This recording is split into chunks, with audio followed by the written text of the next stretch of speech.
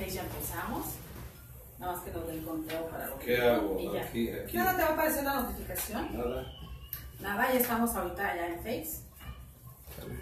5, 4, no me apareces. 3, 2. Ok.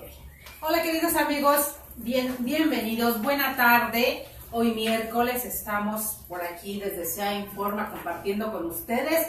Les mencionábamos hace un momentito y les comentábamos que estábamos un poquito más tarde porque el invitado de lujo que tenemos el día de hoy tiene asuntos y menesteres muy importantes y andaba corriendo. Entonces, para nosotros es un placer esperar porque las noticias que el maestro Alfredo Rojas Díaz Durán, que es el invitado de nosotros el día de hoy, nos trae son importantes. Habíamos puesto en la cintilla esta situación, una iniciativa para detener el tráfico de armas en nuestro país no ha sido vista en otros tiempos, y de repente encontrar al maestro Alfredo Rojas Díaz Durán, un activista desde hace tantos años, pugnando por una iniciativa de esta naturaleza muy importante, que nos cuente ahorita con lujo de detalles cómo llegó a ella y en qué pasos van, qué ojos y qué oídos han estado atentos a su petición, a su denuncia, y pues más que nada vamos a escucharlo de él. Bienvenido, maestro Alfredo Rojas Díaz Durán. Bienvenido a Informa nuevamente. Muchas gracias por invitarnos, gracias por apoyarnos con el video y el sonido.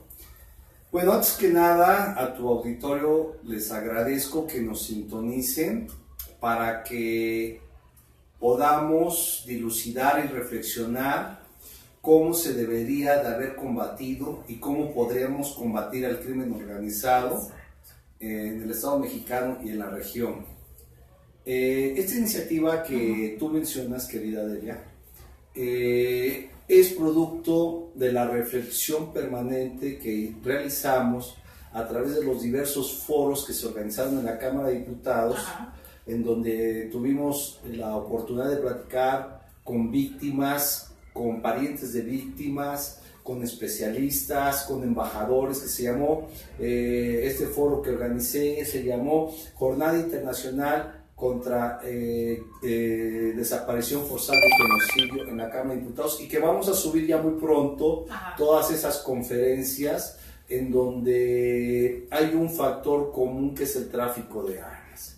El Estado mexicano ha combatido en los dos últimos gobiernos de una manera inusitada al crimen organizado en un campo de batalla. Que no se puede dar tú por tú cuando no tienen el armamento que tiene el crimen organizado. Desafortunadamente a veces tiene mejor armamento. Exacto. El crimen organizado en algunas circunstancias y en algunos momentos. Eso yo lo denuncié cuando Felipe Calderón ya nos estaba prometiendo la guerra contra el narcotráfico, y razón por la cual me corrieron de allá de una radiodifusora, porque yo cuestionaba en todos los programas al entonces titular de Gobernación, Murillo, ¿cómo se llama el que se cayó del avión? Muriño, al señor Murillo, que descanse en paz. Yo lo cuestionaba mucho, entonces me decían, ya no le pegues al secretario de Gobernación. Digo, no es que yo le pegue, es que si hacen la guerra contra el narcotráfico de esa manera, vamos a incrementar la violencia en todos los sectores. Lo que se requiere es una visión y una resolución integral del problema. A los niños atenderlos, llevarlos a un deporte, llevarlos a una vertiente de cultura, manejar la prevención, darles salidas productivas a los niños y a los jóvenes, y el Estado que camine por la senda del desarrollo, de bienestar, de calidad de vida, previniendo las adicciones en primer lugar, y enfatizando en los valores fundamentales y principios que adquirimos en nuestra casa y para la patria. Exacto. Esa era una visión. Entonces, global. Entonces, después de publicar el libro que tú me hiciste favor de difundir, que ahora va a salir en Porrúa del abuso al genocidio, del abuso al genocidio, crímenes de lesa humanidad, que no aceptan que esos crímenes sean de lesa humanidad, todos estos miles, más de 100,000 muertos en el sexenio, y sin contar los que van ahorita, queridos míos. Entonces, Y en México no está tipificada esa ley. Los crímenes de lesa humanidad son aquellos en conjunto que suceden en una zona determinada, en un tiempo determinado, en conjunto, detención arbitraria, tortura, mutilación, desplazamiento forzoso de poblaciones, ya sea para que un segmento de esa población se dedique a la trata, a la prostitución, a otros a la explotación y cultivo de drogas, ejecución y desaparición forzada. Todos esos delitos en conjunto se llaman crímenes de lesa humanidad. ¿Y en México suceden? Claro. ¿Y por qué no hay ley de crímenes de lesa humanidad? Claro. Entonces, cuando subimos en el debate en la Cámara de Diputados para la ley de desaparición forzada, que es formidable, las iniciativas de ley que tienen que salir de la Cámara de Diputados, de la Cámara de Diputados se aprueban, ahí se aprueban, salen.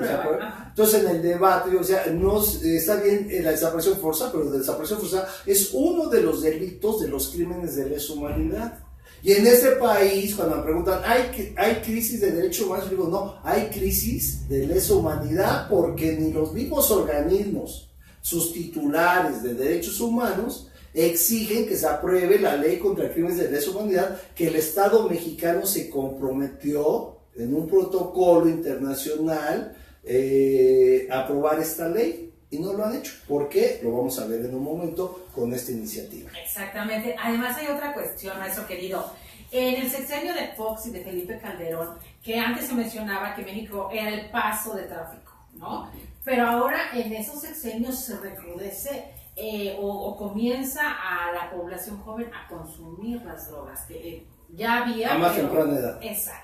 Y entonces esa parte no vemos que pongan el dedo o el puntito en la silla. No hay una política de prevención a las adicciones, que el Estado haya sido contundente.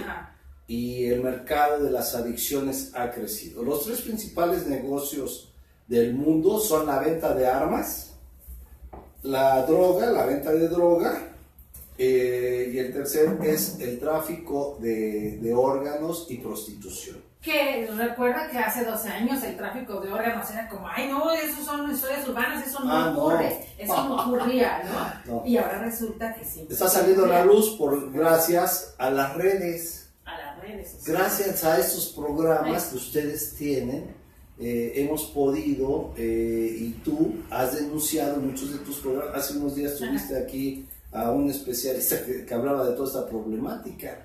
Entonces, esta iniciativa que hemos enviado a los candidatos a la presidencia fue a raíz de que yo observé que no trataban el tema de inseguridad.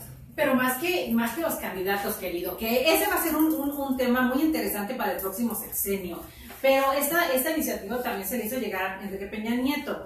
Y tengo entendido que el subsecretario de Prevención y Participación Ciudadana, el doctor José Luis Stein Velasco, te da una respuesta. Nos acaba de citar para el día lunes, el señor subsecretario, creo que es de Prevención y Participación Ciudadana, porque un grupo de organizaciones, que somos nodos, que agrupamos más o menos 150, 200 organizaciones de la sociedad civil, nos van a acompañar en entregar esta iniciativa a las autoridades del gobierno federal. ¿Por qué al gobierno federal? Porque el gobierno federal es nuestro representante y son nuestras autoridades. Claro. Nosotros le llevamos esta iniciativa de combate al tráfico de armas y al crimen organizado. Entonces, con el subsecretario, ya le mandamos la iniciativa al secretario Navarrete Prida. Y él nos canalizó al señor subsecretario para que nos reunamos. Me dijo por teléfono que están muy interesados y que sí quieren impulsar. Y bueno, básicamente, ¿qué es lo que sucede? Ante la ola de criminalidad que azota a todo el país, en todas las regiones, en todos los rincones de todos los municipios del país, el crimen organizado se ha organizado perfectamente y ha sido empoderado.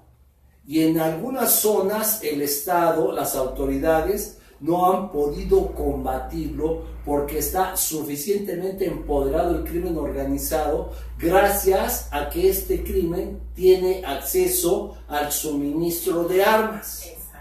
armas de altísimo poder y a veces, y en la mayoría de los casos, mejores y más sofisticadas que las que tienen las policías. Y que solamente vemos que las menciones cuando tienen algún helicóptero. Bueno, son casos excepcionales. Son casos excepcionales. Es donde vemos que las mencionan, ¿no? Ajá, bueno, el Estado tiene armas, pero son casos excepcionales, pero el policía del municipio, el del Estado, el de la Policía Federal inclusive no llegan a tener en algunas ocasiones mejor armamento y el parque suficiente de balas. Es lo que te iba a decir, ni balas traen a veces sus mosquetes, casi son mosquetes, les digo, porque se ven, a simple vista se ven tan antiguos que dices, ¿de verdad les funcionan? O de verdad, otra cuestión, ¿de verdad sabrán usarlos? Porque es otra cuestión complicada. No hay el adiestramiento ni la capacitación total a ese cuerpo de élite que debe de combatir, pero la política del Estado en los dos últimos sexenios, en el de Calderón y en el de Peña Nieto, ha sido como política en un campo de batalla enfrentar al crimen organizado con tus armas contra mis armas. Y con los efectos colaterales. Entonces nuestra iniciativa es, pues quitémonos las armas y cerremos la llave del suministro de armas, porque el crimen organizado se empodera y controla las zonas gracias a que tiene el elemento sustantivo, que son las armas. Si llegan a una población y les dicen a los hombres, bueno, ustedes van a dedicarse al cultivo y a la producción de droga y todas las mujeres a la prostitución, con armas, pues sí nos pueden someter y nos llevan de rodillas. Claro, pero si llegan con palos, pues yo no creo que nos sometan a las poblaciones. Entran ahora 2, 3 señores con armas, con metralletas, y pues les tenemos que dar nuestras pertenencias que tanto esfuerzo nos cuesta obtener. Ayer vi un video de un niño, cómo lo despoja de un niño, creo que de 12 años, en la que hay 2 sujetos, le quitan, y se ve que está y tratando de impedir que le quiten y le arrebaten su celular.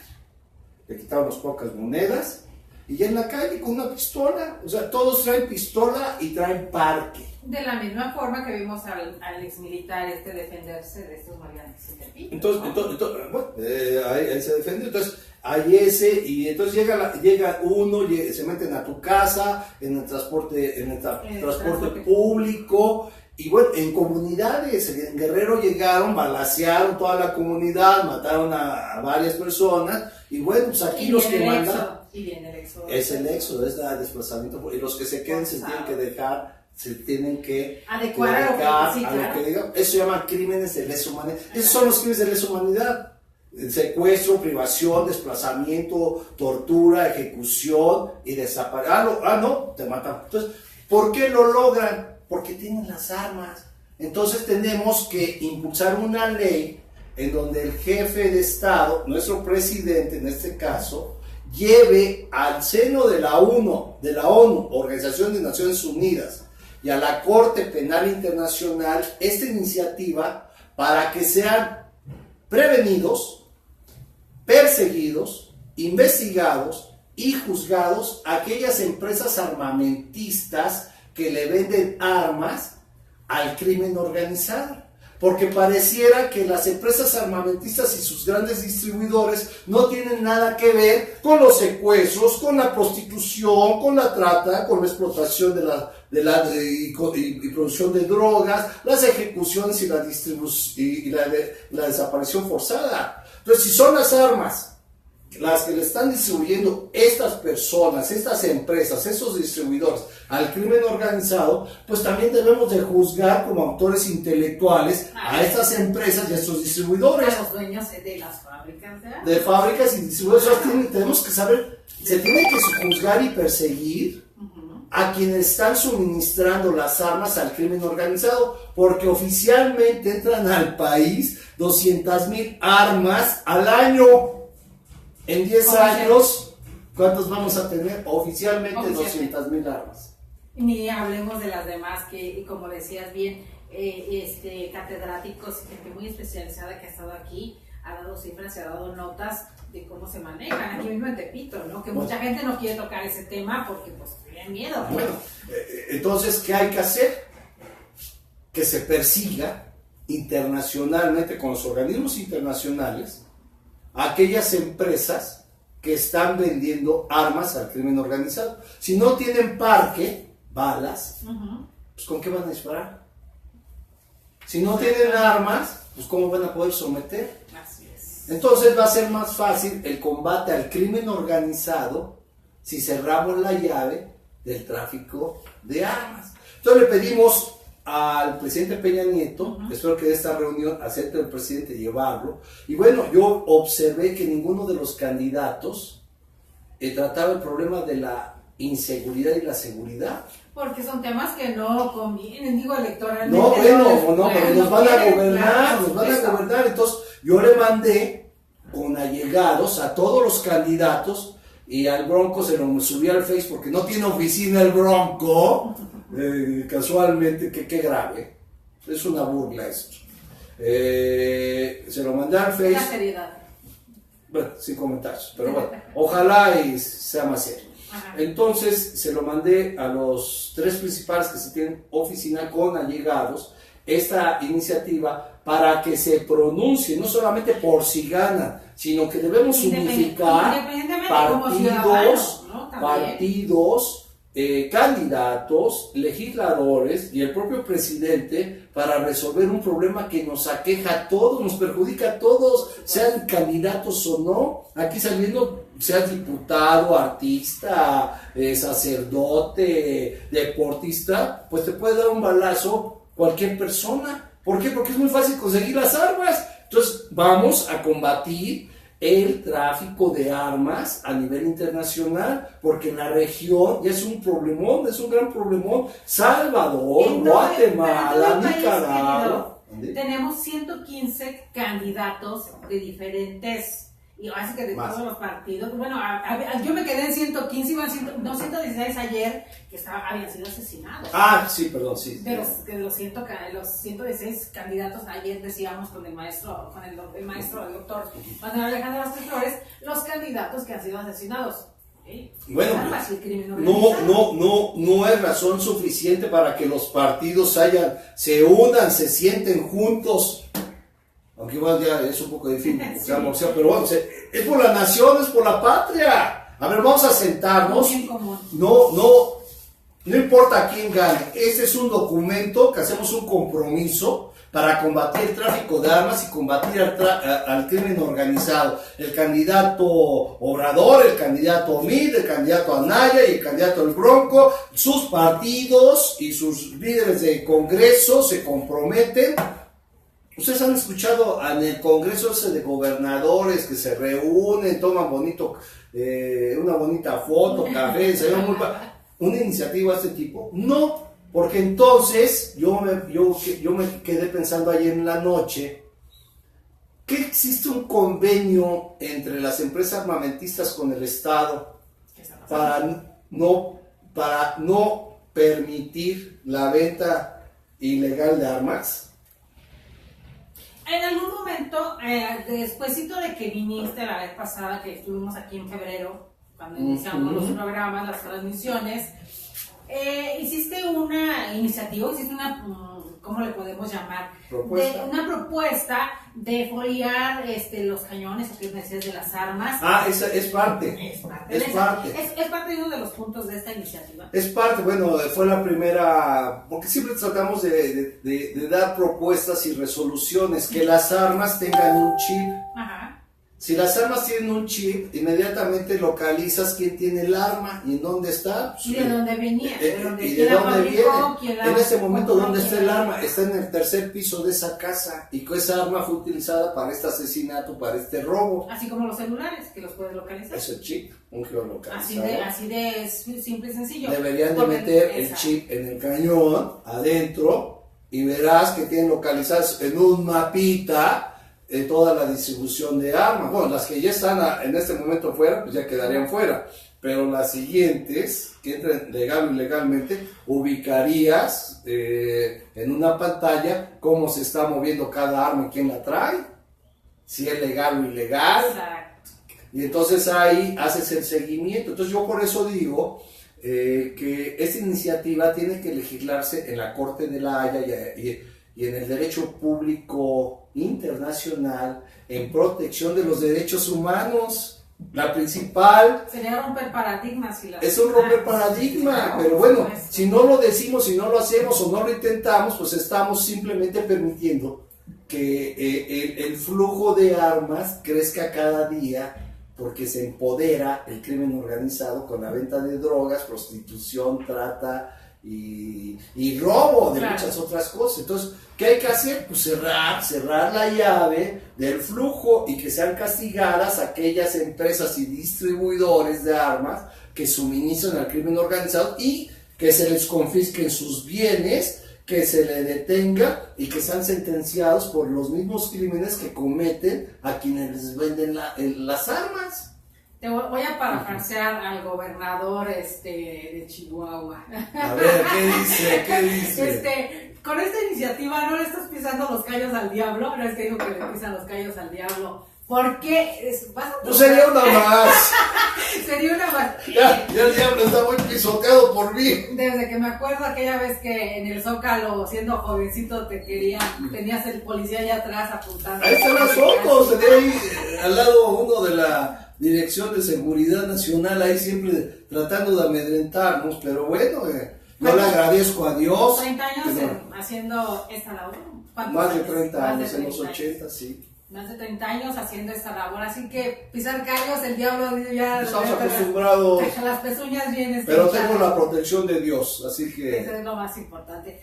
Querido, pero te decía, esta situación de las armas, a veces en el país, como ciudadanos de a pie, escuchamos quién está detrás de las gasolineras, quién está detrás del robo de Pemex, todas las historias que se manejan. Pero situaciones de armas no son muy comunes mencionar nombres. Por eso... ¿Quién está detrás? Porque vas a trastocar muchos intereses. Bueno, por eso yo le estoy pidiendo al jefe de gobierno, al doctor José Ramón Amieva, que creo que lo ha hecho mejor que Mancera, creo que gobierna mejor, reconoció el problema de la criminalidad y por eso le mandamos la iniciativa, aunque tiene un equipo de colaboradores pésimos ahí alrededor. Él ha sido muy puntual, no le ha llegado al escritorio al señor Amieva hace 4 días la iniciativa. Si no le ha llegado, José Ramón, por favor, doctor, mande por ella. Por favor, su secretario y sus ayudantes no lo pueden bajar del email, todavía no saben, bueno. Burocracia de las veras, burocracia. Es que teniendo un problema tan grave en la ciudad que descuartizados, asesinatos, balaceras. Pero mira, deben de llevar la iniciativa. Oiga, hay esta iniciativa, ¿qué podemos hacer? Pero acuérdate, hay una situación bien interesante. Acabas de mencionar y poner el dedo en la llaga. Hay pisas callos a los diablos. Mancera, siempre dijeron que no había crimen organizado. Bueno, vive en las nubes, ¿no? Mancera. Claro, pero sin embargo, José Ramón allí es excelente. Aceptar que sí la situación es excelente. Me ha gustado más. Cuando aceptas las situaciones, más honorable.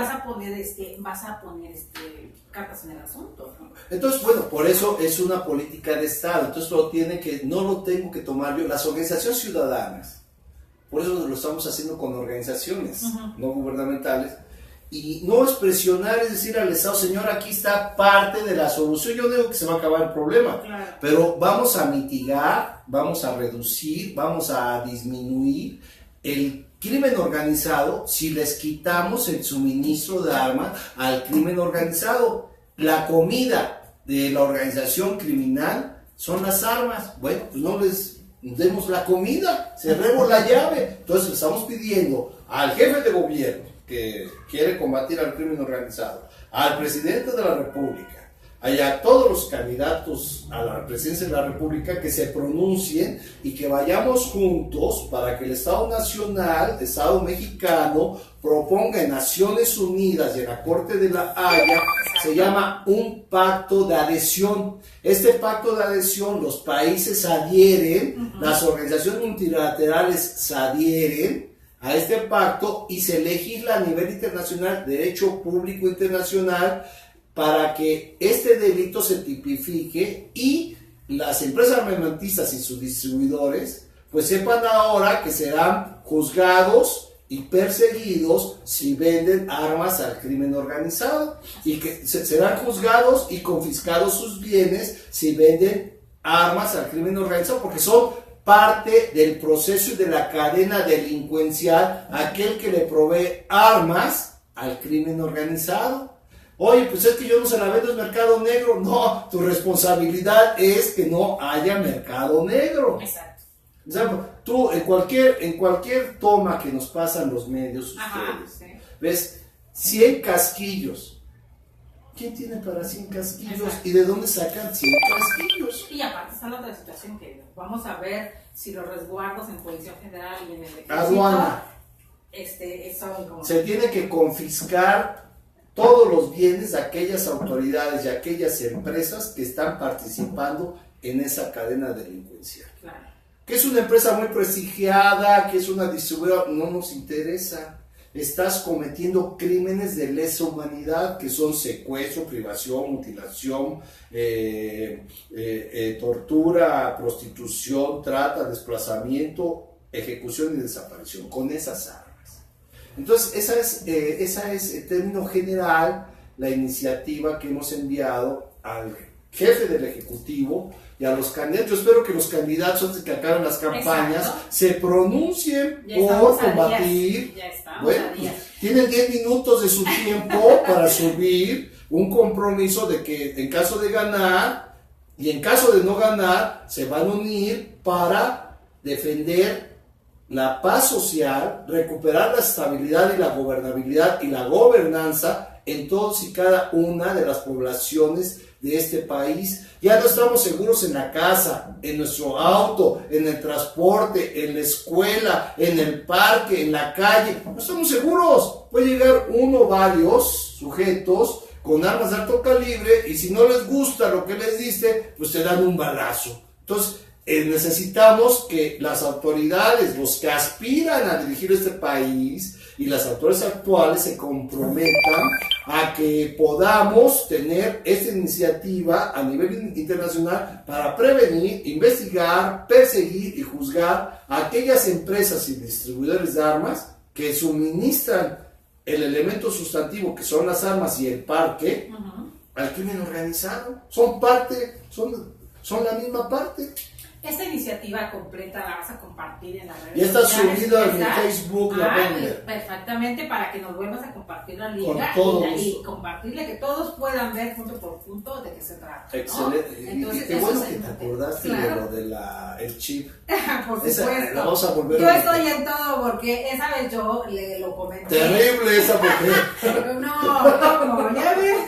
Yo lo compartí en Twitter. Te agradezco, iniciativa, sí, lo te que agradezco. habías hecho, porque sí me pareció muy interesante y por ahí fue bastante retuiteado porque No, fue te agradezco. es muy interesante la ciudad. Inclusive, el día de hoy me mandó un comunicado un arzobispo de Venezuela, encargado de los derechos humanos, que le gustó mucho la iniciativa. Entonces le dije, llevémosla a su santidad, santidad el Papa Francisco, para que si nuestros candidatos a todos los puestos, diputados, senadores, gobernadores, o el presidente de nuestro país no quiere y impulsar esta iniciativa, sea su santidad el Papa quien lleve a la ONU, que haga del compromiso en la ONU y en la Corte de La Haya, introduzca esta iniciativa. Si ninguno de nuestros aspirantes flamantes a la presidencia de la República se atreve y no quiere, bueno, estás pidiendo a su Papa, al señor Papa, A ver, porque fíjate que le he pedido cita al representante del Alto Comisionado de Derechos Humanos de la ONU en México y no quiere recibir iniciativa. No, explícame. El representante del Alto Comisionado de Naciones Unidas, tengo los segments. Ahora ya lo hago hasta de broma. ¿Por qué permite que nos maten a nuestro pueblo? No quiere recibir el alto comisionado de allá, de Naciones el alto comisionado de Derechos Humanos en Naciones Unidas en México, no quiere recibir esta iniciativa. Y ya no quiero, ya se me da flojera ir a pararme afuera de la oficina de Naciones Unidas con una pancartita, favor de recibir esta iniciativa. Se la vamos a mandar al secretario general de la ONU y bueno, al arzobispo que el día de hoy se comunicó conmigo de Venezuela, que dijo, sí, yo le entro. Oye, pero aquí hay una situación. Esto se maneja, su santidad, el Papa lo haga. En las redes sociales, que el Vaticano tiene parte dentro de la fábrica esta de armas. Está bien, yo no digo que no, pero no pueden vender las armas al crimen organizado.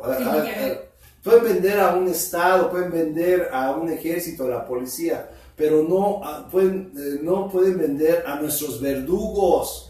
Están suministrando armas y balas de alto calibre a nuestros verdugos, a las comunidades. No pueden llegar y violar a las niñas, asesinar a las mujeres. El alto índice de feminicidios en el país. Y en el mundo. Porque lo de Boko Haram no hubiera sucedido si estos hombres no hubieran tenido armas. Obviamente. Entonces todo tiene un porqué. Vamos a para seguir avanzando, porque no nos podemos quedar horas aquí con el maestro, ya saben que apasionado de los temas. Dios mío, no me digas eso. No, pero eso es bueno, porque nos contagias. Me voy a tranquilizar.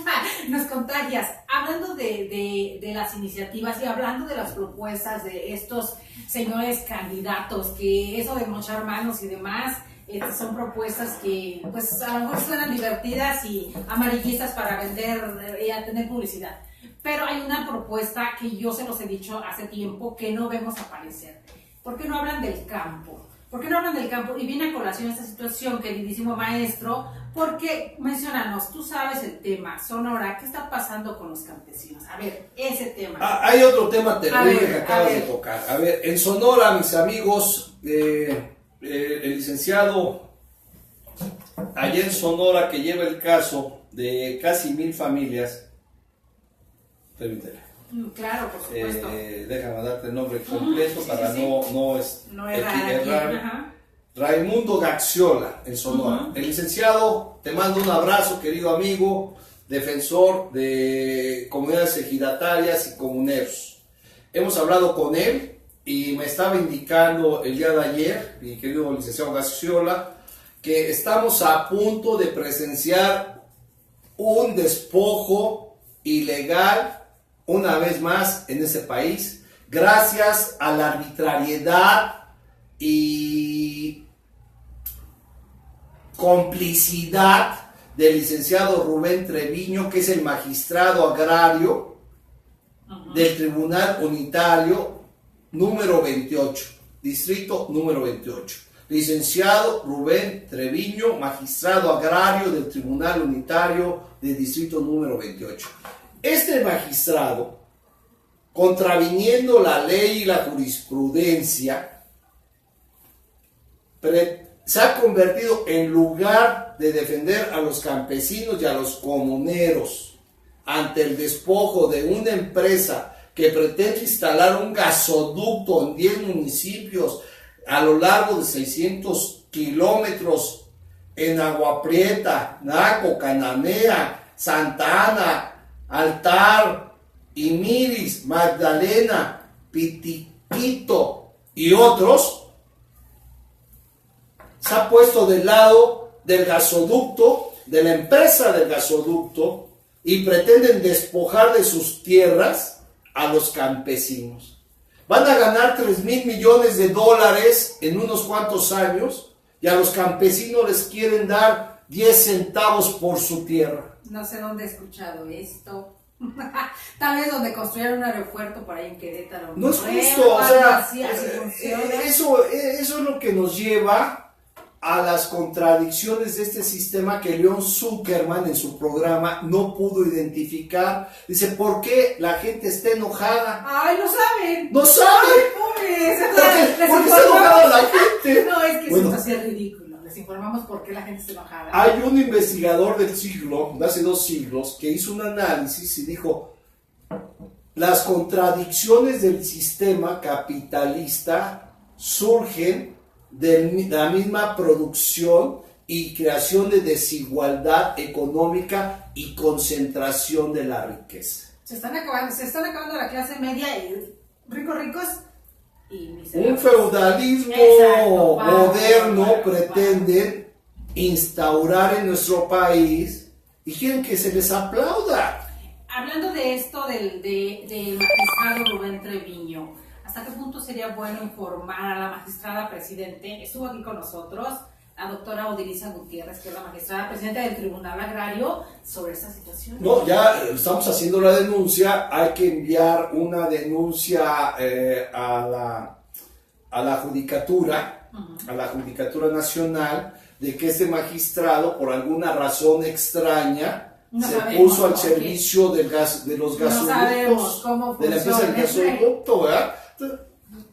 Yo no digo que no se ponga, y los campesinos y comuneros no se oponen a la instalación de ese gasoducto, claro, pero tampoco se vale que ganando 3,000 millones de dólares, pues nos vayan a despojar ahora. Te digo que en mi pueblo, yo recuerdo muy bien, tierra. Allá es muy conocido ese tema donde se hizo el nuevo aeropuerto ahí por Galeras, como cuando se tiene la información privilegiada en las altas esferas, van y les compran por centavo los terrenos a los ejidatarios, no sucede eso aquí en México. No, y al rato los venden en miles, y por ahí hay un hombre ahí en Querétaro, sí, en Querétaro, de alguien que le apodan el jefe o algo así, y esas cuestiones. Los ejidos afectados es el sí. Rusvallo, Agua Prieta, Cuauhtémoc de Naco, José de María Morelos, San Ignacio Magdalena, Santa Marta,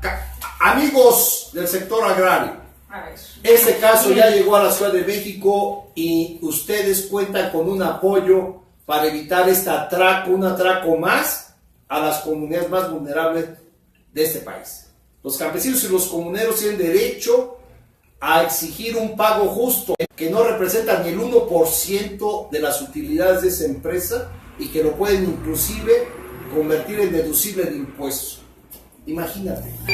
Entonces llamamos a las autoridades de la Judicatura y a la presidenta, ¿cómo magistrada se dice? Ojalá me dé su teléfono. Claro, por supuesto, la magistrada presidente le vamos a hacer llegar esta información. Sí. Magistrada presidente, doctora Odilisa Gutiérrez, que ya estuvo aquí con nosotros en el programa y que es una persona...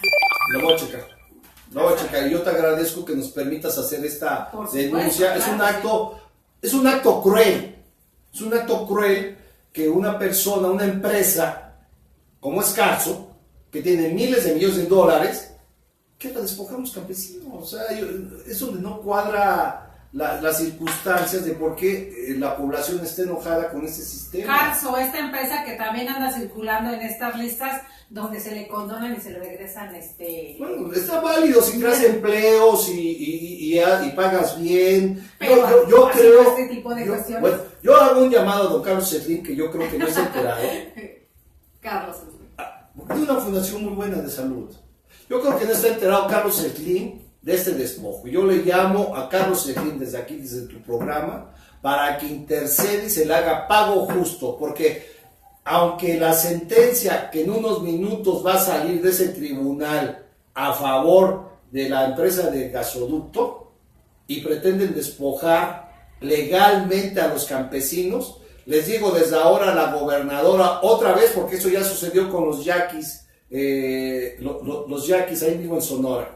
Les despojaron. Por el agua también. Ahí. Por el agua también, por otro gasoducto. Entonces, les quieren, por esa misma situación, les quieren despojar, pero eso puede traer un problema, señor don Carlos Slim. Puede haber sangre. Los campesinos y los comuneros van a defender a muerte su tierra, ya me lo dijeron. Entonces, nos hicieron un llamado para que intercedamos en una mesa de diálogo y en una negociación justa, dentro de la lógica del mercado que tanto les gusta, un pago justo. Un pago justo de 1,000 pesos por metro de cuadrado para que ustedes ganen 2,999,000 millones de dólares. Nada más, queridos, nada más. Ni siquiera vemos casi los 3,000 millones de dólares. 3,000 millones de dólares. Entonces, yo les pido de favor al señor Carlos Slim que tome cartas en el asunto, que evite el derramamiento de sangre y que ponga atención en sus funcionarios, que no utilicen como la escuela de Harvard y los Chicago Boys, que no importa el cohecho, el fraude o a quien tengas que pisotear si tienes éxito. Esa es la escuela Claro. de Chicago de Boys. Esa es una mentalidad. Ya la utilidad va calculado, inclusive, los pagos de multas, abogados, los efectos colaterales, siempre y cuando se garantice la utilidad. Yo creo que no se vale. Ya en este país estamos al borde de perder la gobernabilidad, la estabilidad y la paz. Gobernabilidad, hablando de cuestiones de campesinos, querido mío, hablando de cuestiones y de trastocar intereses de transnacionales. Lo que está sucediendo en Mexicali con el agua. Con Bueno. Kiko, Don dice Kiko. que no pasa nada, que todo está dentro de la ley. Pero yo estaba mirando, y aquí lo anoté para que no se me olvidara, un activista, León Fierro, que es un luchador social por el agua. Una jueza lo tiene detenido, lo tienen encerrado porque lo liberaron, que lo consideraban un peligro para la sociedad. Bueno, eso sí es un peligro para ciertas empresas y el gobierno. Es como si a ti te detuvieran. Pues sí, Entonces, estamos en peligro. Peligro para la sociedad. Soy un peligro para cierto sector. Entonces, ¿qué hacer con esta situación del agua? Porque se puso en tela de juicio y volvió al panorama nacional, porque no nos damos cuenta mientras no nos toquen a nosotros, ¿no?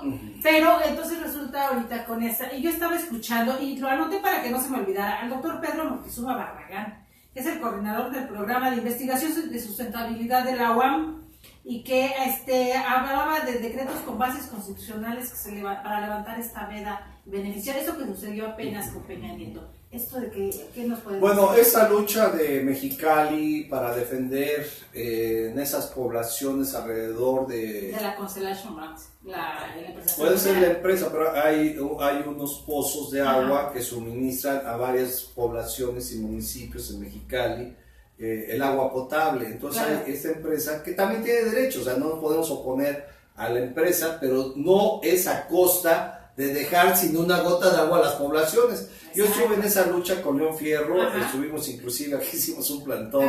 Por eso le estoy preguntando al doctor, de Baja California, para pedir la liberación de León Fierro, a quien le mando un saludo, es un gran luchador, un buen amigo. De repente lo veías llorar de impotencia, ¿no? Porque pues sí, o sea, y bueno, el Estado, esa es la persecución y la criminalización de los activistas y también de periodistas. Claro, ni digas. Entonces, entonces yo creo que debemos estar todos muy conscientes, porque lo que tú estás manejando es importante, ya que hubo varios decretos durante este gobierno que, por ejemplo, aquí en Toluca se permitió ya acabar con la tercera parte de la reserva forestal. Que eso son noticias que no salen tanto en los medios, en los medios nacionales. ¿Para qué quieren saber? Entonces, es para un desarrollo inmobiliario y un grupo para un club de golf. Van a acabar con una tercera parte de la reserva. Bueno, tampoco podemos conservar todo, pero debe de ser no tan agresivo la deforestación, porque también, si crece la población, tiene que ser de manera sustentable, que es lo que estamos perdiendo. Las reservas naturales son sagradas y esas sí no las deberían de haber tocado. Entonces dieron permiso para explotar ciertos pozos. En la Ciudad de México tenemos un problema gravísimo. Hay sobreexplotación de agua. Barrales quiere hacer otros 12 pozos, 15 pozos. Hay sobreexplotación, bueno, pero es que no tienen agua tampoco algunas comunidades de Iztapalapa. Entonces, casualmente hay un ducto que yo he visto que extrae un pozo y esa agua va aquí me dijeron, al sur de la ciudad. Yo denuncié. Y no surte agua a la comunidad de Iztapalapa. Entonces deben de ponerle un tubo para... Todo funciona. En el Estado de México yo hice una denuncia hace poco tiempo sobre un pozo dentro de un fraccionamiento que iban a sacar el agua para llevarlo a la central de abastos de ese pozo, de ese fraccionamiento. Y el fraccionamiento no utiliza esa agua porque esa agua está contaminada. Entonces los vecinos hicieron estudios y no es apta para consumo humano. Pero resulta que la van a sacar de ahí para llevarla a la central de abastos. Y si no es apta para consumo humano, entonces ahí... Tienen que ser purificadoras o algo, ¿no? ¿Y si no? Si no, pues... Te digo. Ya no voy a ir a la central de abastos. Porque esta es la situación del agua. Ahorita se mencionaba en Chiapas, ¿te acuerdas cuando las cascadas de agua azul de repente se secaron? Preciosas. Y que dicen, están comentando que igual empresas a lo largo están deteniendo agua. Entonces, ahorita que está saliendo eso del agua, menciona lo de Sonora de los campesinos del gasoducto. Pero recordamos también que las nogaleras del anterior gobernador de Padres les habían quitado agua a comunidades por poner Bueno, sus pero él hizo nogaleras. su presita allá en Sonora, ¿no? Cada gobernador hace su presa y su rancho y sus de todo lo que Fíjate que es donde a mí me hubiera gustado que los candidatos hubieran puesto un plan nacional, si tienen razón los empresarios, un plan estratégico de desarrollo, como lo hubo, desarrollo de presas, desarrollo de carreteras, desarrollo de transporte colectivo, o sea, que son 3 o 4 cosas inamovibles. La planeación urbana en ningún lado existe en este país.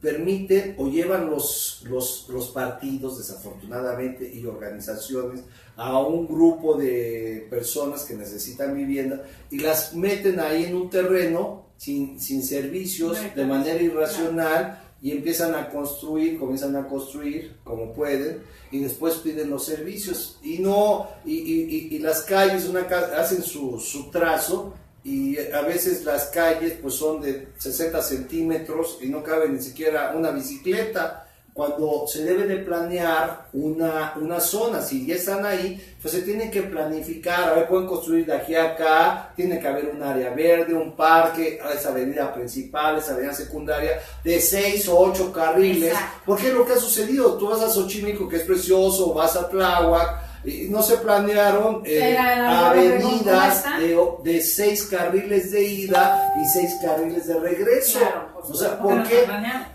No se planeó porque también las empresas inmobiliarias decían, bueno, no voy a ceder terreno para las vías porque entonces pierdo dinero. Ya viene otra vez la usura de uno. Entonces, esa usura de esas personas. Los cárteles inmobiliarios que aquí en la Ciudad de México.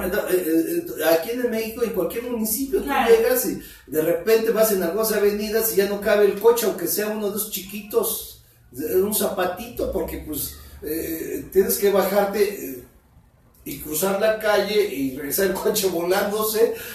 Es muy mala planeación la que tenemos en la mayoría de nuestro país, desafortunadamente, porque nuestras autoridades trabajan para 2 años en los municipios. Claro. Y entonces no les importa, quieren votos, ustedes traen a la gente, la acomodan. Pero realmente trabajan un año. El primer año es para pagar los favores. No, eso es para aprender cómo se mueve. No, para pagar favores, pagar campañas. Un solo año trabajan y el año de Hidalgo para ver qué. Y el tercer año ya se va. Exacto, por eso es el año de Hidalgo. Y después se quieren reelegir o quieren dejar a la esposa. O al hijo, al sobrino. Ya llegamos a la democracia virreinal. No, peor tantito, querido, son presidentes municipales. Dejan el mandato, se van a la diputación. Como ahora en Puebla, quiero dejar a mi esposa, Felipe Calderón quería dejar a su esposa, y bueno, o sea, y si checamos y analizamos cada uno de los candidatos por todos lados, de los partidos, mi familia, mi suegra, mi cuñada. Fíjate que mi hermano y yo no tenemos nepotismo. Ahí. O sea, hemos tratado de ser congruentes, mi hermano Alejandro y su servidor. Pero traen una trayectoria, hablábamos de 80 años, entonces hay una situación diferente a los aparecidos que por el apellido ya están puestos de diputados o plurinominales. Estábamos hablando de los plurinominales, de repente ves unos candidatos que no sirvieron ni siquiera para candidatear y ahora ya tienen plurinominal asegurada. ¿Qué hacemos ahí, querido? Ya no puse triste, ya ven. Vamos a hablar de otro tema. A ver, hay otro tema muy interesante para que te enojes más, porque yo sé que aquí vas a gritar.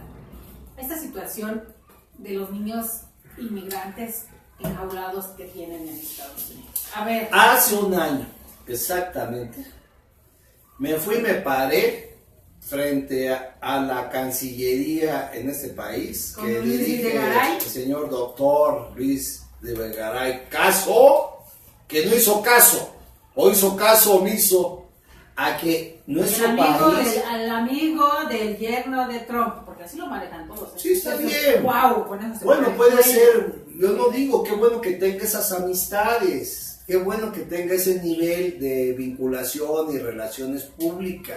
Pero eso no ha servido. Aquí se necesita una política de Estado de acuerdo a los principios constitucionales y a los tratados, en donde los mexicanos debemos de evitar ser tratados con actos xenofóbicos, racistas, persecutorios y criminalizadores. Yo le mandé una carta hace un año al señor Videgaray para que defendiéramos a los migrantes mexicanos y a latinoamericanos y centroamericanos, porque es una obligación defender a aquellas víctimas sin importar color, raza, religión, nacionalidad. ¿Te contestó? Me contestó la Comisión de Derechos Humanos de que ya habían hecho todo lo posible, según ellos, para evitar la persecución y criminalización contra los mexicanos. Perdón que berría, querido. Entonces, ayer me dio mucho gusto que saliera a decir que el gobierno de México se levanta la voz y se opone al encierro de un gueto. Es un gueto que esto nada más lo vimos con un señor de bigotito. ¿Cómo se llama? Hitler. Que está prohibido el saludo en Alemania, Sí, cierto. Ahora lo vemos en Estados Unidos. Pero a mí se me hace que es una posición electorera. Y propagandista, porque muchos medios Es una también lo posición están haciendo al estilo de la Rosa de electorera. Guadalupe. ¿Por qué? Porque el gobierno de México debería no solamente de mandar una nota diplomática, sino debería de retirar el gobierno mexicano, Guatemala, Nicaragua, El Salvador, a sus embajadores o llamarlos a consulta. Es un acto diplomático, es una afrenta a los gobiernos centroamericanos y latinoamericanos. Y revisar algunas cuestiones de migración o retirar incluso a los embajadores si no le dan a nuestros queridos compatriotas mexicanos y latinoamericanos y centroamericanos que van adentro del paquete un trato digno. Acabemos realmente con políticas y acciones xenofóbicas, persecutorias y criminalizadoras. Yo respeto al señor Trump, tiene razón en defender a su país, que no haya crimen, Sí, tiene razón. Yo decía no desde digo un que principio, no. ¿quiénes somos los primeros responsables de nuestros hijos? Pero no puede tampoco abusar del derecho internacional y ha llegado al límite de que ayer tú lo comentaste hace un momento, Sí. de que ya se retiró de la Mesa de Derechos Humanos de la ONU. Ya están fuera. Yo ayer dije, ya fuera. se quitó la máscara. Por supuesto. Ya se quitó la máscara. Entonces, esto es muy grave porque entonces nos está mandando la señal de que va a haber una persecución de todos los activistas en el mundo abierta. Obama dijo, y voy a combatir al crimen organizado y al terrorismo de manera formal e informal, legal e ilegal, y sabemos que los suben a los aviones, les dan una mega madrina y a veces los tiran. Como pasaba por aquí en México, decía. Entonces, esa es la persecución, Claro. asesinato selectivo y con países, pues viene la desestabilización social, la desestabilización económica, la desestabilización financiera, cuando un gobierno no es de la simpatía o se subordina. Pero esto sucedió en México porque permitimos con el canciller Videgaray un acto de sumisión en nuestro país. Desde el principio le debió de haber puesto los límites al señor Trump, al igual que los gobiernos latinoamericanos. Desde que le dieron el espaldarazo siendo candidato, querido. Bueno, por eso, entonces se subordinaron para ganar complicidades, no se entiende de otra forma, para ganar algunos beneficios personales o institucionales, pero eso no sirvió para el pueblo de México. Hay una Nos situación. perjudicó, o sea, desde el principio no, es como una mujer, pones límite y ya no puedes pasar, ¿no? No tienes, si eres respetuoso, ¿eh? Claro, igual que los hombres, ¿no? Claro. Entonces, poner límites también es pintándose el rayo. No me acordé. Entonces, el gobierno mexicano no le puso límites a ese señor y ahora pisotea. Te voy a decir una situación. Cuando se peleó con Norcorea y México fija su postura y expulsa al diplomático, al embajador Tocaste coreano. un punto nodal. A ver, lo expulsan y entonces quedamos llamar con Corea porque lo sacaron por darle luz a Trump. y al ratito ya estaba Trump abrazando. El ridículo diplomático del mundo del siglo XXI. El único país que expulsa a un embajador siguiéndole la jugada a Donald Trump. Y entonces Donald ya hace rato se Después abrazando, sí, entonces yo le mandé una carta a Videgaray solicitándole que le avisara al gobierno de Norcorea que ya podía regresar el embajador y una disculpa pública y su pasaje en turista, aunque fuera por su mala organización diplomática, ¿cómo le llamaríamos? Bueno, para que si quiero ser diplomático, porque estamos en una crisis diplomática. No, entonces, te voy a decir por qué para mí es importante, porque yo fui a Norcorea. Ajá. Yo soy promotor de la reunificación de las dos Coreas, exacto, de la democracia y del bienestar que sufre la población de Norcorea. Tenemos que ayudar a esa reunificación. Ahí fíjate que le aplaudo a Donald Trump esa iniciativa de impulsar Videgaray va en sentido contrario a la historia, a la política y a la diplomacia. O sea, yo estoy de acuerdo que debemos... Qué vergüenza la diplomacia que está... Peor que de vergüenza. Entonces, mira, deja acabar porque, mira, dame unos minutos, soy una entrevista, por favor, me reporto un minuto. Gracias. Ya no van a callar, ya cállate porque ya me estás hablando de más. Entonces, en Norcorea, yo que soy promotor en México, organizamos por la reunificación, la paz y la desnuclearización militar. Por eso me acordé de ti con ese tema, dice, oye. Exacto, te agradezco. La reunificación y la desnuclearización militar.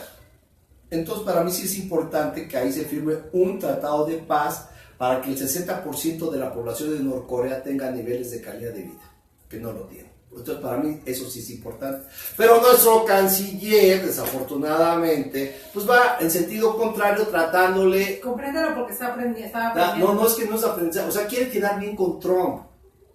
Si pide un agua, trae agua, pero a lo mejor esa agua está contaminada. O sea, trae el agua corriendo al señor Trump sin fijarse que el agua está contaminada. Entonces, nuestro presidente tiene que ser una persona muy ecuánime, muy tranquila, mesurada, respondiendo los principios. Claro, con el conocimiento de la diplomacia. Pensando con visión de Estado. Y no poniéndose de rodillas tratando de ganar simpatías y complicidades con actos de este tipo que es, ahora te me vas, embajador de Corea, porque ya te vio mal el señor. ¿Y ahora? Ahora, pues ya le mandé yo una carta hace como 2 meses a Videgaray, que por cierto no la ha contestado, indicándole que por favor le indique al embajador de Corea que se equivocó, pidiéndole una disculpa pública, y que ya puede regresar el embajador de Norcorea a nuestro país. ¿Por qué? Porque México es un país pacifista, un país que promueve el diálogo, la concordia, el respeto a la soberanía, el respeto a la autodeterminación. Es un país que históricamente ha manejado eso. Pero había manejado eso. El punto 48% de la población de nuestro país son extranjeros.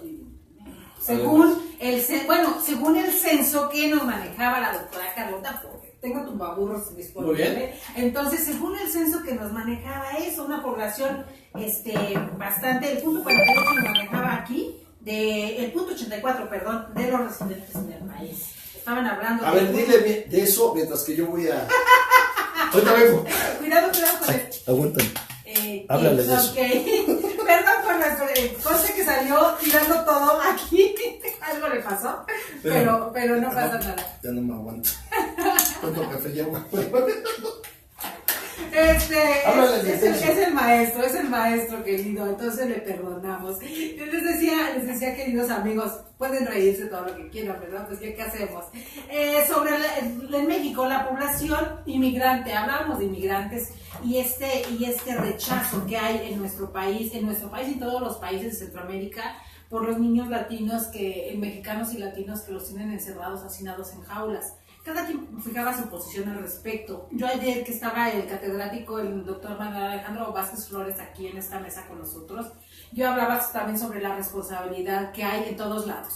No nada más de nosotros como padres de familia, ¿no? Les decía, yo tengo hijos y he estado en este país, tal vez sobreviviendo, trabajando y demás para sacarlos adelante, pero opté por quedarme aquí y no llevar a mis hijos cargando a otro lugar, exponiéndolos a una situación como esta, porque yo veía en redes sociales en días pasados, ayer mismo, gente pronunciándose en el mismo tenor. Si sabes perfectamente que en un país no te quieren y la situación para los migrantes es tremenda, es difícil, es complicada, porque lo estamos viendo en las noticias todo el tiempo, pues también hasta dónde está la responsabilidad de los padres de cargar con tus hijos e irte a otro país donde se está sufriendo tanto. Por el otro lado, yo en Twitter les hacía la equiparación y les decía, lanzaba solamente preguntas al aire, ¿no? Nos indignamos por estos niños que tienen hacinados, 2,000 niños nos hablan y nos dicen, pero a lo largo de los días y en los últimos 7 años ha habido guerras en el mundo. Yo les mencionaba Siria y les mencionaba Yemen, niños desplazados, descuartizados por bombas y demás, y ahí no hemos visto pronunciamiento mucho por parte del mundo. Niños o niños, sean de Estados Unidos, sean latinos, sean sirios o sean... Otro tema terrible que también hemos promovido, la paz en Oriente Medio, hemos viajado. Digo, porque... fíjate que precisamente un grupo de europeos que vino a México y que viajamos a Colombia promoviendo el proceso de transición de las FARC de la vía violeta a la vía pacífica, que hoy se pone en duda con la nueva elección del presidente. Conservador, que ahorita también se va a poner. Puede echar abajo los tratados de paz y va a haber una convulsión social violenta si no saben canalizar y no respetan los acuerdos de paz firmados. Porque volvemos a lo mismo. Si no saben manejar la diplomacia y no saben manejar la política interna, por si quieren quedar bien con otros países, la situación se les va a salir de las manos. Pero bueno, puede que es a lo que vamos al principio de esta conversación. Exacto. Pueden querer o están en complicidad algunos gobernantes con empresas armamentistas para vender armamento. Nos decía, y mañana va a estar el maestro o el doctor, querido doctor Chacoca, le ponemos porque así se maneja en Twitter, Chacoca, Chacoca, que es una palabra de Coahuila, de los indios, los Paquimé, algo me dijo del pueblo de Paquimé, bueno, de la tribu de allá. Él se pone como Chacoca, @Chacoca con doble K. Ajá, y él es el doctor Juan Ramón Jiménez de León, un profesor de la Facultad de Economía y de Contaduría de la UNAM. Entonces también tenemos temas así, pero fuertísimos, buenos, muy, muy buenos, y nos mencionaba sobre estas guerras híbridas, claro, por supuesto, guerras híbridas y cómo, desde dónde están creadas, y igual con pelos y señales nos habla del tráfico de armas y del narcotráfico y demás, como desde dónde y de qué altas esferas se maneja, y nos dan nombres. Por eso tenemos que tipificarlo. Exacto. Y eso es a nivel internacional. ¿Quién lo puede hacer? Bueno, el jefe de Estado, su santidad, los organismos multilaterales, pero nosotros, la sociedad, nosotros tenemos que exigirle a nuestras autoridades que lo hagan. Ajá. De otra forma no lo van a hacer, no lo han hecho. ¿Por qué? No sé, pero nosotros que somos los que sufrimos, porque ellos traen guaruras, traen carros blindados. Yo les decía, ¿por qué mandan a los candidatos de abajo? Han matado 116, quedábamos... Terribles, descansen en paz. Pero los que traen camionetas blindadas y los que están encumbrados, pues nadie los toca, nadie. Entonces te preguntas si la suspicacia viene, ¿no los tocan porque tienen para cuidarse, o no los tocan porque son amigos, o no los tocan por qué? Porque todo uno se puede equilibrar muchas cosas, se puede imaginar. Entonces yo te agradezco que me hayas permitido compartir con tu auditorio esta iniciativa. Yo te daré información el lunes. Te lo agradezco. El lunes mismo. Sí, porque es a las 11 de la mañana que es su reunión, y pues nosotros transmitimos a esa hora, no podemos estar, pero con todo el gusto del mundo hacemos eco a todo lo que... Te agradezco mucho. Nada más un tema final, si me permites. Falta una cuestión. Primero, ¿cómo quedamos con lo de los niños? ¿Qué pronunciamiento se debe hacer por parte del gobierno de México? Nosotros como sociedad sobre los Nosotros niños, debemos exigir a los candidatos que no sea una cuestión electorera. Okay. Al gobierno federal, en coordinación con el Congreso de la Unión, mandar una nota diplomática y ordenar a consulta a que vengan los representantes diplomáticos para que vea el gobierno norteamericano que estamos actuando en serio y que no es pura palabrería. que no es pura palabrería. Los gobiernos del mundo deben de unificarse y entonces debe de haber un movimiento diplomático de jefes de Estado, o por lo menos de cancilleres, que condenen oficialmente esa conducta del señor Trump. O sea, el señor Trump tiene el derecho a defender a su país, a sus conciudadanos, pero no denigrando, humillando, persiguiendo y violando los derechos humanos de otras personas y de otras nacionalidades. Y nuestro gobierno tiene que ya tomar una posición muy seria y exigir respeto ante organismos internacionales y ante el propio gobierno. Inclusive yo no hablo de ruptura, pero sí tiene que haber decisiones drásticas en un momento. ¿Por qué logró? Dicen que fue Donald Trump el que dobló a Kim Jong, el presidente de Norcorea. No, fue al revés. El presidente de Norcorea obligó a Donald Trump a irse a sentar con él. ¿Por qué? Porque tuvo una visión de futuro, una visión de Estado y fue contundente en sus acciones. De la misma forma como que se reunió con el de Corea del Sur. Fueron inteligentes, hubo visión de Estado. Entonces, ¿qué pedimos? Que haya visión de Estado, de los candidatos a la presidencia, del Congreso de la Unión, que hagan su chamba ya por lo menos estos últimos meses, un pronunciamiento serio, el canciller que no solamente condene y que mande abogados, no, debe de haber acciones diplomáticas regionales, internacionales, ante organismos. El presidente Peña Nieto debería de hacer un llamado a la comunidad internacional condenando, llamando al diálogo, obligando a Estados Unidos a que regrese al Comité de Derechos Humanos de la ONU, porque si no, pues imagínense ya qué va a pasar. Vamos a vivir una nueva época de terror oficial. Oficial. Queridísimo, antes de cerrar, o ya para cerrar, porque te agradecemos muchísimo esta visita. Y disculpa, es que me das dos cafés mientras que conectaba el micrófono, porque no, un café, dos cafés, un refresco y el agüita, pues ya tuve que correr. Se perdona, disculpa. No, al auditorio yo con toda la confianza del mundo. Estás en tu casa y ya no soy político. Así funciona. Pero te decía, para cerrar el tema, algo muy interesante, que esa pugna la traía desde el programa pasado que hicimos. Esta situación donde la señora Nacheli Hernández, de una manera usurpadora de la función de los derechos humanos aquí en la Ciudad de México. Cuéntanos, ¿cómo va? ¿En qué situación va eso? Porque te vi en Derechos Humanos allá en San Jerónimo, te he visto fijar tus posturas y lanzar estas denuncias. Agradezco. Pero, ¿qué ha habido del otro lado? Bueno, nosotros nos fijamos una ruta institucional porque esa señora Nacheli, quien renunció el 30 de abril como consejera a la Comisión de Derechos Humanos del Distrito Federal en el año de 2016, renunció al cargo de consejera un año antes a la elección. La Ley de Derechos Humanos del Distrito Federal indica que no puede ser electo aquella persona que ocupe un cargo 2 años antes a la elección. Yo pude haber sido consejero o funcionario, porque me lo ofrecieron varios amigos, y yo dije, no, yo quiero estar en los requisitos de no ocupar un cargo para competir por la presidencia de la Comisión de Derechos Humanos. Para hacer las cosas de forma correcta. De forma correcta, respetando el debido proceso. Y esta señora, junto con el presidente de la Comisión de Derechos Humanos, el diputado encargado del Partido Humanista,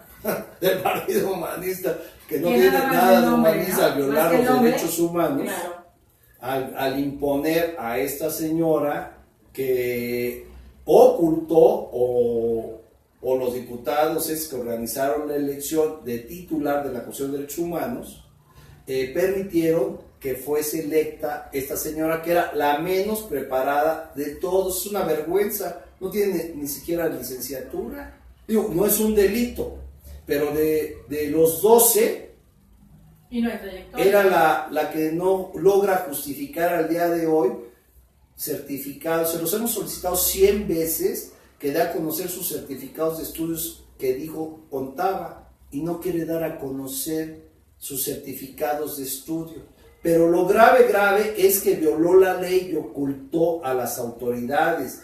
a 8 millones de capitalinos que era inelegible. Entonces iniciamos un proceso ante el Tribunal Electoral por violación de derechos humanos, violación al debido proceso y violación a la ley de derechos humanos porque la señora era inelegible. El Tribunal Electoral de la Ciudad de México indicó y tiró a la basura que no era procedente esa denuncia. ¿Por qué? Porque el presidente del tribunal también cometió el delito de ocultar o pretender concursar por el cargo, siendo presidente del Tribunal Electoral de la Ciudad de México. O sea, también estaba tapando. Bueno, era juez y parte, entonces dijo, pues ni modo que yo reconozca que soy un delincuente, ¿verdad? Entonces esta denuncia de Alfredo la vamos a tirar. Pero así como el presidente del tribunal, también el señor Mucio, que era el consejero de transparencia, Dios mío, de transparencia, fue y se inscribió y estuvo Entonces yo por eso llamé unos días antes, una semana antes, a una marcha, a una caminata de la basílica a la asamblea, porque hacían como que la Virgen les hablaba a los diputados. Yo decía, den a conocer cómo van a elegir. Así es. Rectifiquen cómo están decidiendo la elección del defensor del pueblo. Ya no puede haber defensor del pueblo carnal. Entonces ellos, de los 12 que nos inscribimos, 10 no cumplían el requisito de elegibilidad porque ocupaban cargos en la Comisión de Derechos Humanos, una consejera, un director de prevención del SIDA chapulineo. No, peor que el chapulineo, peor que el chapulineo, porque eran inelegibles. Si estás ocupando un cargo, no tenías derecho a participar, la ley es muy clara. Y es muy importante esto porque el defensor del pueblo, el ombudsperson o el ombudsman, o como lo quieran llamar, el defensor de derechos humanos, el comisionado de derechos humanos, es el vigilante, el celoso vigilante del debido proceso. Y si llega por un fraude o por la violación al debido proceso a ocupar un violador de derechos humanos ese cargo, pues es ilegal, inmoral, ilegítimo, y por eso le llamamos que es una usurpadora, una corrupta, la señora Nachieli, porque ella no tenía derecho a ocupar el cargo, era inelegible. Yo pude haber ocupado un cargo que me lo ofrecieron, pero yo dije, yo no me quiero colocar, se llama, en el supuesto jurídico para llegar de manera transparente y de acuerdo a la ley a ocupar el cargo. Entonces nada más quedamos 2, y entonces en este momento, al haber desechado el tribunal la denuncia, y que gracias a una magistrada de ese tribunal indicó y votó en contra, fue la única, votó en contra, concediéndonos el derecho y no dejándonos en indefensión, con ese argumento de la magistrada hemos llegado a la Suprema Corte de Justicia de la Nación, en donde esperamos que en la próxima semana el ministro ponente ya nos indique la fecha en la que presentará su ponencia y si va a ratificar si hay violación a la ley de derechos humanos, y me dejaron a mí y a 8 millones de capitalinos desprotegidos para que una usurpadora ocupe el cargo y haya sido electa cuando era inelegible. Entonces en los próximos días va a ser muy interesante, porque entonces la Suprema Corte de Justicia va a analizar la crisis constitucional. Fíjense a dónde nos llevó esta señora. Nos llevó, gracias a ella, a que corrompió el proceso de elección del presidente de la Comisión de Derechos Humanos, a una crisis constitucional de derechos humanos. La Corte tiene 2 opciones: ratificar lo que dijo la magistrada electoral del Tribunal Electoral de la Ciudad de México, de que hubo una violación a los derechos humanos y que se reponga el proceso, o bien decir que no hay nada. En ese caso nos iremos a la Comisión Interamericana de Derechos Humanos a denunciar a esa señora que es un usurpador y que está ocupando un puesto ilegalmente. O sea, la ley es muy clara. El doctor Mancera no sé por qué permitió esta ilegalidad. Es a lo que iba. Hablábamos hace ratito de la responsabilidad de las fábricas y de quién trasiega y quién distribuye las armas. Es la misma situación. La responsabilidad de ella por mentir, pero también quiénes aprobaron todos sus papeles, quién dio el visto En bueno. complicidad Hay una complicidad. Hay una tremenda. complicidad, o sea, ¿qué es lo que hay? ¿Por qué la pusieron?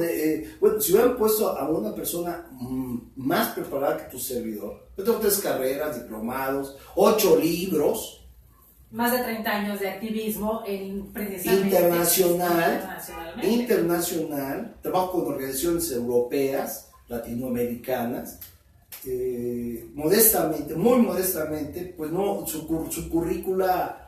Nada que ver. Pues no, Sí, es importante lo que ha hecho, tampoco lo quiero despreciar, no, pero sí, no había comparación, pero académicamente no, no, y laboralmente tampoco. O sea, yo he sido funcionario, tanto del sector privado como ejecutivo como el sector público.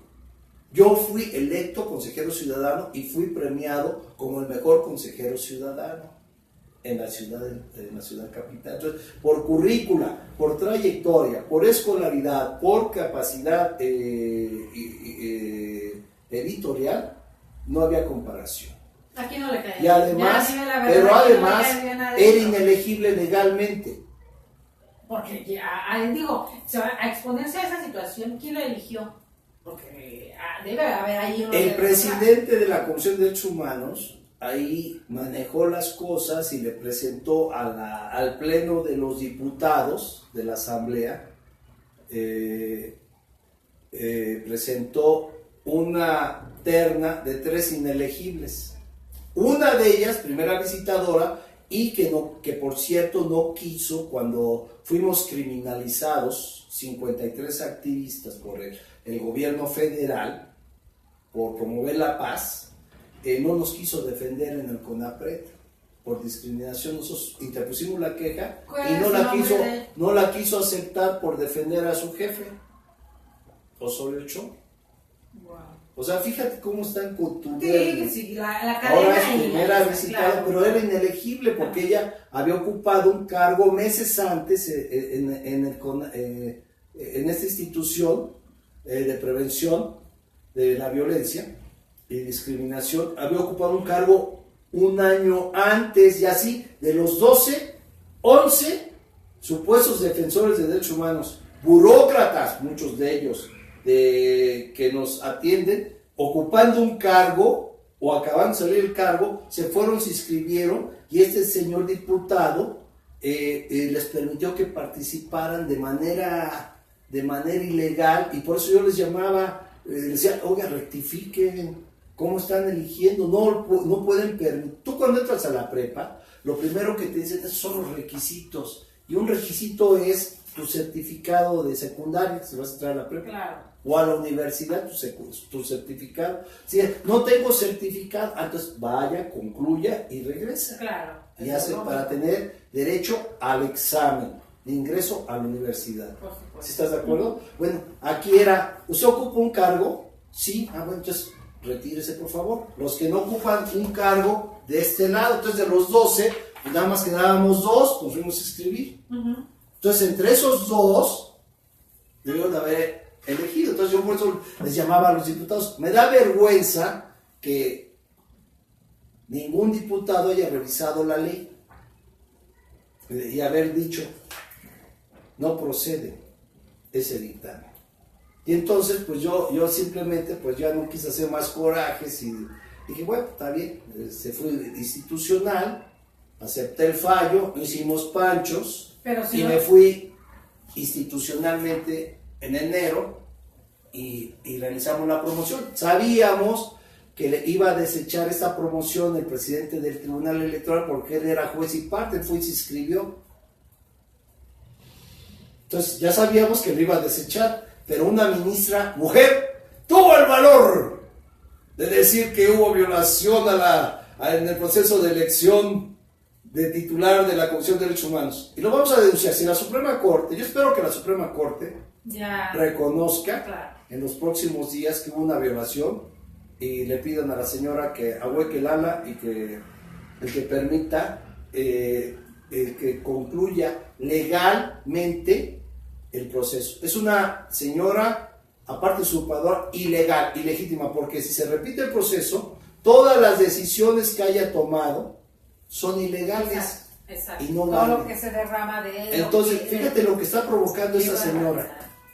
Entonces, eso para mí es importante porque he ido investigando la elección de diferentes estados del presidente de la Comisión de Derechos Humanos, sí, y la mayoría son carnales. La inmensa mayoría, salvo uno de Oaxaca y de Querétaro. Entonces voy a sacar mi siguiente libro, es La historia del Homus Pearson carnal. Ese es otro libro que ya estoy preparando. Querido amigo, nos deja pasmados nuestro querido maestro Alfredo Rojas Díaz. No, contentos. No, nos vamos a defender que nuestro país es una maravilla de país. Lo importante Somos es sacar unos a la luz ese tipo mexicanos de cuestiones. maravillosamente creativos, la mayoría de los mexicanos, mexicanas. Pero te decía, lo importante es sacar a la luz, conocerlo. Ahora, la maravilla de las redes sociales, que gracias a él, Gracias. que estamos... Yo soy encantado, porque antes yo soy censurado. Entonces, la mayoría de las actividades que yo realicé en 30 años, pues no salían en la prensa, estábamos censurados. Gracias a ti y a las redes, ahora podemos dejar constancia, informar y compartir con la comunidad. Exacto. Nacional e internacional. Que se enteren, porque lo mismo nos enteramos de lo que sucede en Sonora, lo que sucede en Mexicali, lo que sucede en Chiapas, todo. Son este conducto, así, en los historiadores le llaman anales de la historia, aquellos que estudian la historia no oficial. Eso es un anal digital. Como la Wikipedia. Es digital, estamos dejando la constancia de lo que no se dice. Que ya después nada más te quedas unas cuantas palabras y te aparece todo. Yo soy encantado. Claro. Yo soy encantado porque gracias a esto podemos estar un poquito mejor informados. No, porque también sí, claro. Podemos estar mejor informados, podemos tener un mayor nivel de conciencia, un mayor nivel de conocimientos, podemos contrastar, podemos verificar, podemos cultivarnos y podemos actuar. Creo que nada más ahí, que ya escuché y que Alfredo ahora se encargue de resolver la crisis constitucional. No, es responsabilidad de todos. De todos. Entonces, pero si no lo sabes es más complicado. Sí. Ya sabiéndolo, entonces ya es su misión. Indudablemente. Entonces, queridísimo maestro Alfredo, muchas gracias por estar con nosotros. Gracias a ti. En Se Informa. Este espacio está disponible, ya sabe, afortunadamente. Y afortunadamente la ventaja de las redes sociales es que no somos como en las televisoras, que tal hora y nos mucho cuadrado. Maravilloso. ¿No? Nos acomodamos, nos adecuamos y la gente que ya es auditorio va a estar con nosotros y aparte se va regando, va permeando. Es importantísimo este programa para mí porque me permite compartir pues, la iniciativa, los análisis, la denuncia de los compañeros campesinos y comunidades comunales allá de Sonora que van a ser víctimas de un despojo si la autoridad lo permite ilegalmente y bueno, eso de la Comisión de Derechos Humanos que es terrible, no me afecta a mí nada más, afecta a todos porque entonces no tenemos realmente un defensor del pueblo legítimo y no sabemos si es carnal. Exacto.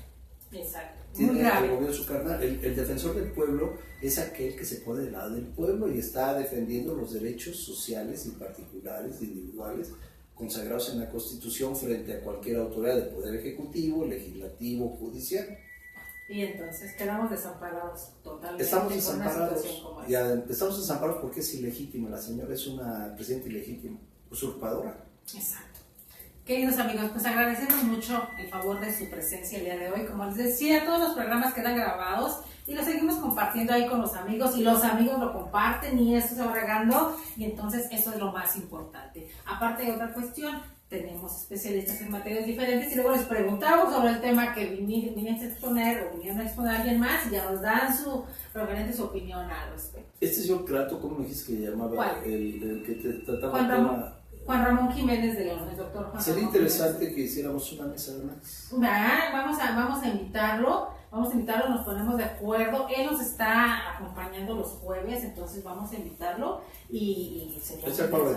No, yo sé que este jueves no, porque ya es Pero, mañana, ¿cómo querido, nos pero nos ponemos de acuerdo y con todo gusto sería yo le interesantísimo. comento y a ver la postura que Yo nada más quisiera finalizar, yo creo que si tú me lo permites. por supuesto, adelante. Mira, yo creo que en esta etapa final de las campañas presidenciales, yo le pediría, sé que es una ilusión, pero a los tres candidatos principales, bueno, no vamos a discriminar, también al Bronco si lo quiere hacer, que los 4 candidatos acordaran los 4 o 5 puntos de desarrollo estratégico nacional, inamovibles.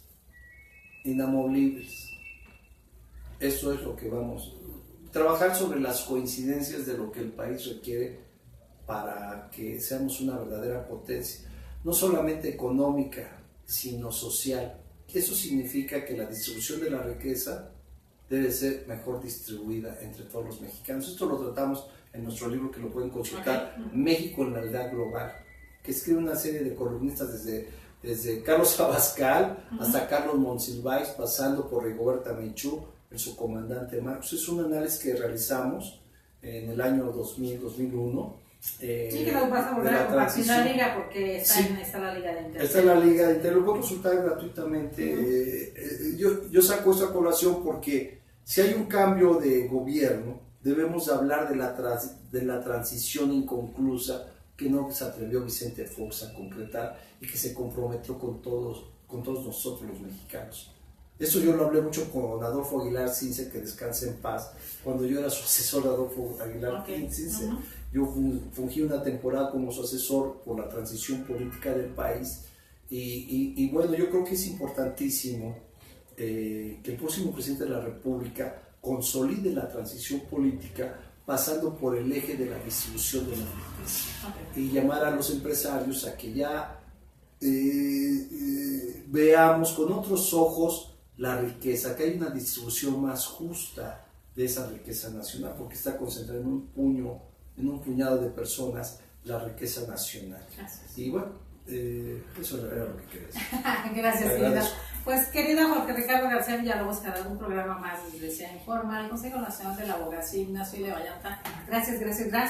Voy a parar para parar la cámara, por favor, despide a nuestro público. Muchas gracias a todos ustedes. Les agradecemos. Consulten nuestros libros en internet. Conferencia Internacional por la Paz, México en la Aldea Global, Geopolítica del endeudamiento público externo, que después de nuestra finada maestra Rosario Green es el libro más actualizado sobre deuda pública externa, que tampoco tocan ningún aspirante a la presidencia. Mucho gusto y les agradezco.